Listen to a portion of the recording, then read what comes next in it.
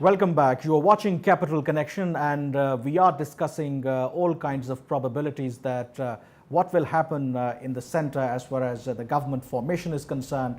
Of course, that in KPK things are pretty clear that PTI is going to form the government, as well as in Sindh province, where People's Party is clearly taking the lead. In Balochistan, already PTI is saying that they are going to form a coalition government by inviting all other political parties. So the big question, of course, is in Punjab, that who will form the government there. So Faisal, Punjab is very crucial, and that is why the role of People's Party can be critical. Very critical. Can be critical. So both PTI and the PMLN currently talking to People's Party to get them on board for the formation of the government in Punjab.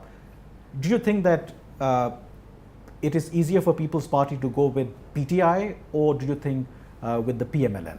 Well, judging from what we have seen, I think it would be pretty difficult for Pakistan People's Party to go along Pakistan Tehreek-e-Insaf, and it is equally difficult, doubly difficult for Pakistan Tehreek-e-Insaf to go with Pakistan People's Party, because Pakistan Tehreek-e-Insaf's voter does not support Pakistan People's Party. They believe every other party Imran except Khan has for already PTI. taken a clear position that they are not going to sit with traditional parties or the forces that really support the status quo. Yeah, and as we speak, I think there is a meeting pending between Shehbaz Sharif and Khurshid Shah in Islamabad, and things will be clearer then.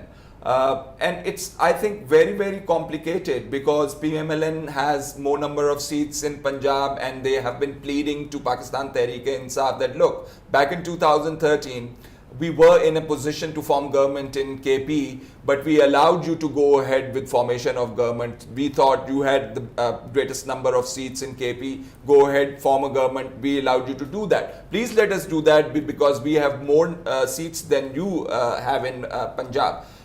Independents would play a very crucial role, and of course, as Anika was referring to Jahangir Tareen's skills, he along with his private jet, if he takes it to different places, bring along number of independents to Imran Khan, and if they continue joining PTI, like four members of... Very important point and element. Do you think that this kind of policy that we do witness in old Pakistan, when you try to rope in all the independent candidates, and sometime we do hear allegations that they've been given so much money, and what is happening now, the way Jahangir Tareen, who has already been disqualified by the Supreme Court of Pakistan, do you think that this is really compatible with the new Pakistan, the kind of policies and ideology pursued by Imran Khan? First of all, the politics of Pakistan has progressed from Pajero culture to helicopter, and now we have princely jets. So this has been quite a progress. The second thing is that at the end of the day, number matters.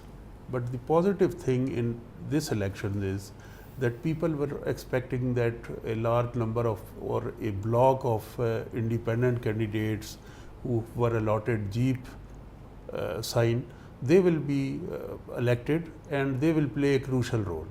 But if you look at the majority of voters, most of the voters, they voted for political parties, whether mainstream political parties, sectarian political parties, and very less number of independents. They, at the end of the day, they were successful. But still, those independents have very crucial role, because this is the tyranny of the result of the numbers. If you look, it is the failure of both PMLN and PTI. They failed to get a clear mandate, clear majority. It is not the failure of independents. I will say it is the Punjab gave a divided, polarized opinion. It neither went with PTI, nor did it gave a clear mandate to PMLN. So we see these are the number, and we have to live with this reality. But my original question, the conduct of Jahangir Tareen, do you think that this is really compatible with the kind of principled policies that Imran Khan wants to pursue in this country? Principal politics is just for you gaining support and standing at a higher moral ground. But in reality, politics is the art of possibilities, and here money and muscles matters in politics of Punjab. We have seen in PMLN how big business was able to give required number of people to PML, and we have seen during Bhutto's time in 90s how Manzoor Bhutto with independence Very and with thin majority, yeah. he was able to rule Punjab for 5 years. But we are talking about new Pakistan. Anika, I asked this question because obviously Jahangir Tareen practically can't play any role in Pakistani politics. He has been disqualified. So why he is, paying so much attention? Why he is so much proactive? Do you think that he is expecting something in return when Imran Khan becomes the Prime Minister? I think there are a lot of positions that could be taken by a person who is disqualified. For example, an advisor. So I think he must be expecting something. A person doesn't put in effort and money and private jets and everything just like that. So I think he's expecting something. Plus, he has a review petition already to be filed in Supreme Court, and that has to be heard. But don't you think that in that case, Imran Khan then will be under compulsion to pay back?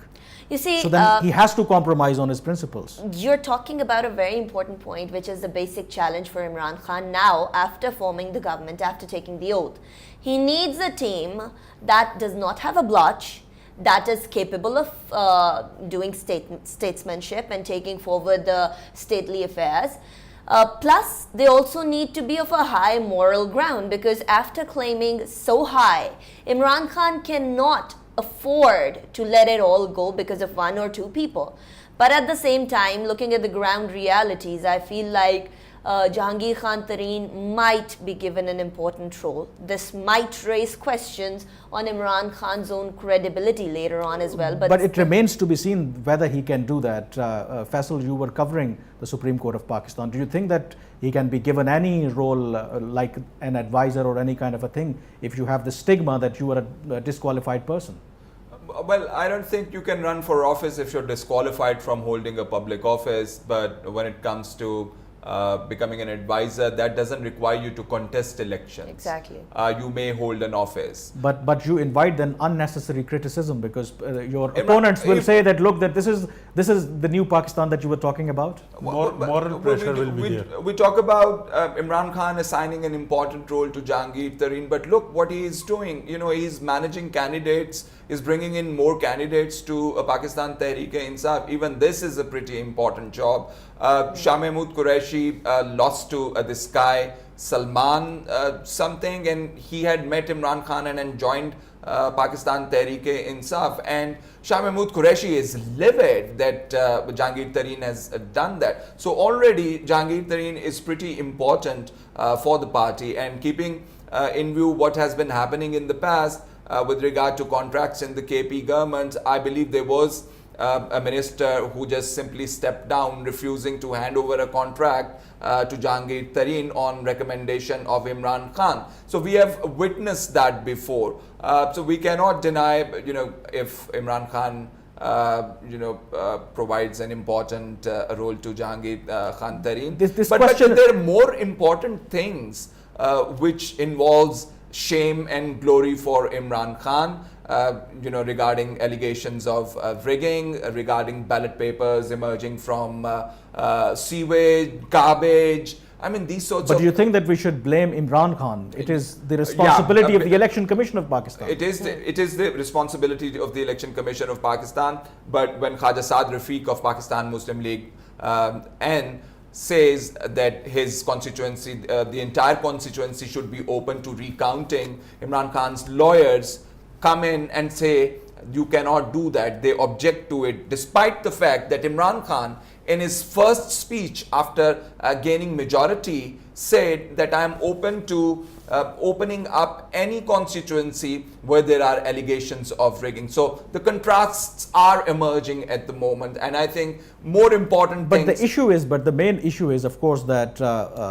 PTI vote bank has increased tremendously if we look at the figures of the Election Commission of Pakistan. Even if we believe that there is some kind of rigging or irregularities on July 25th, do you think that we can discount this fact that PTI still has a wave, Imran Khan still has a wave in this election, because they emerged as some kind of a national party. They won seats in KPK, in Hazara Belt, then in northern Punjab, then even in Karachi.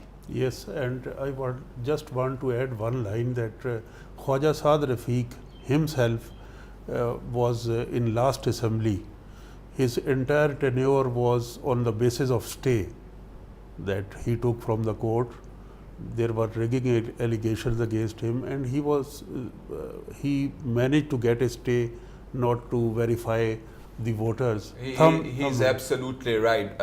This was Khwaja Saad Rafiq's constituency Himself. was one of the constituencies Imran Khan had been campaigning Out of the to four. open up. He has been asking the courts, he has been asking everybody to look into these 4 constituencies, and you will find what sort of rigging has taken place. And Khwaja Saad Rafiq's constituency was one of those them. constituencies. So, and the other aspect which you have just raised, the success of Imran Khan, I think, is a result of 3 factors. First, he represented change, the incumbency factor of PMLN and People's Party. So, Imran Khan projected and his party projected successfully himself as symbol of change.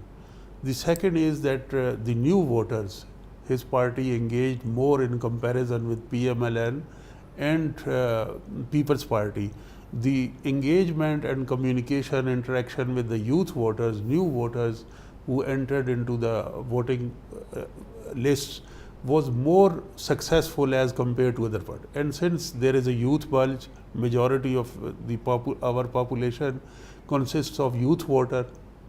And the third is that so you are acknowledging that Imran Yes. Khan has a genuine wave in this election. Genuine So you wave. can't simply say that it is because opposition is saying that there were There are- rigging or irregularities. That's why his party got the majority of the seats. both factors are there. First, We have to go the for a break here. Third, Okay, we have to yeah. go for a break here. We will continue our discussion on this very important point. So stay with us.